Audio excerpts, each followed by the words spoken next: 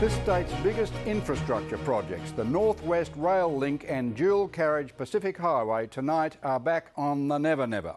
There's a bitter dispute underway between the O'Farrell Government and Infrastructure Australia over North West Rail, and an even angrier dispute with the Gillard Government over funding the remaining $7 billion needed to complete Pacific Highway duplication by 2016. It's another unedifying blame game as federal and state revenues have plummeted. The upshot, there's no certainty on final delivery of either project. Where's your infrastructure? The Pacific Highway, everyone knows it's lethal. This morning there was another fatality. At Maxville, a 70-year-old man died when his station wagon collided head-on with a truck. The dual carriageway upgrade to save lives and lift productivity and amenity for 1 million people who live between Newcastle and the Queensland border has been planned and slowly underway since the Grafton and Kempsey bus disasters in the early 1990s. So far, half of the 669 kilometres are completed dual carriageway, cost $5.14 billion. The most recent big achievement, the Ballina bypass. But there's still 340 kilometres to go at an estimated additional cost of $7.7 billion. $3.6 billion to duplicate the Pacific Highway, meeting our commitment to fund half the project, provided the New South Wales Government also contributes its half. Completion date is said to be 2016, but on budget night that deadline was in jeopardy. There was outrage in the bear pit. They're not documents that belong to this government, I'm pleased to say, Madam Speaker. They're documents that belong to your government. The Premier produced letters and an MOU said to prove the federal government was now lying about the funding arrangements. New South Wales says for a national highway, funding should be 80-20 federal to state, rather than the 50-50 Treasurer Swan and Federal Transport Minister Anthony Albanese are trying to impose. Mr Albanese countered that the O'Farrell Government is lying. The New South Wales Government is seeking because we put in extra money through the economic stimulus to pretend that somehow that is business as usual.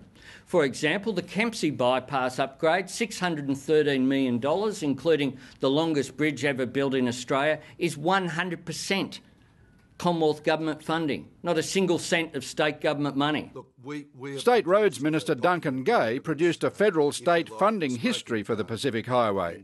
Mr Gay acknowledges the feds have been generous. Total contribution so far, $3.8 billion federal money to $968 million New South Wales, a cumulative 80% federal to 20% state.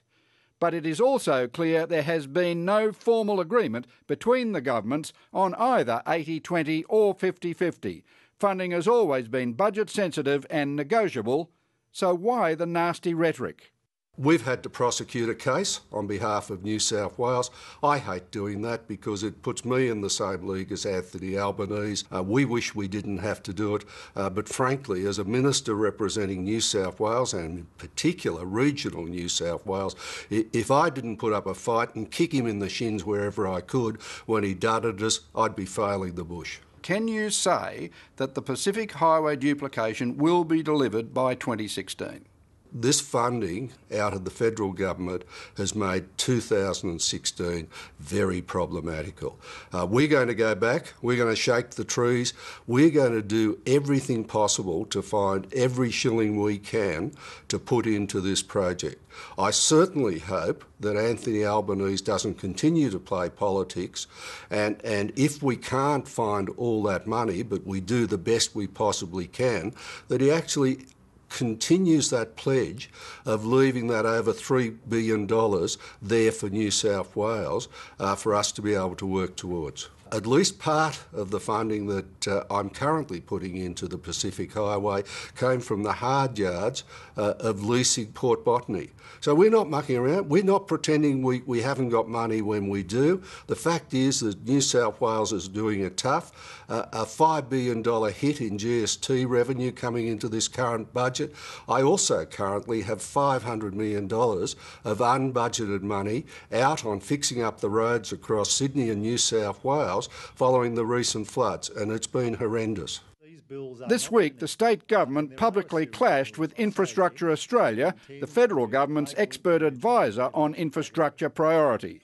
We tracked down Chief Executive Michael Deegan in Darwin. We're concerned that the project is a very expensive project and we're not sure it meets the needs of the community in the northwest at the most effective cost. The North West Rail project extends the heavy rail network beyond Epping to the northwest growth centres. It is the O'Farrell government's highest public transport priority. According to Infrastructure Australia's assessment brief, it's expensive because its 23-kilometre route includes 15.3 kilometres of tunnelling from Epping to Kellyville and 4 kilometres of raised track. The issues in City Rail are complex. Moving people from northwestern Sydney through into Sydney's CBD, which is apparently the preferred option, will mean a discussion around how people will change either at Epping or at Chatswood. These are just questions we're seeking to engage the New South Wales Government in. Is it all out, all change at Chatswood?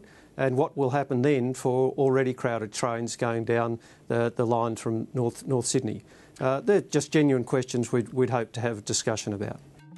The O'Farrell government has asked the Gillard government to divert its current funding allocation of $2.1 billion for an Epping to Parramatta link to the North West Rail link.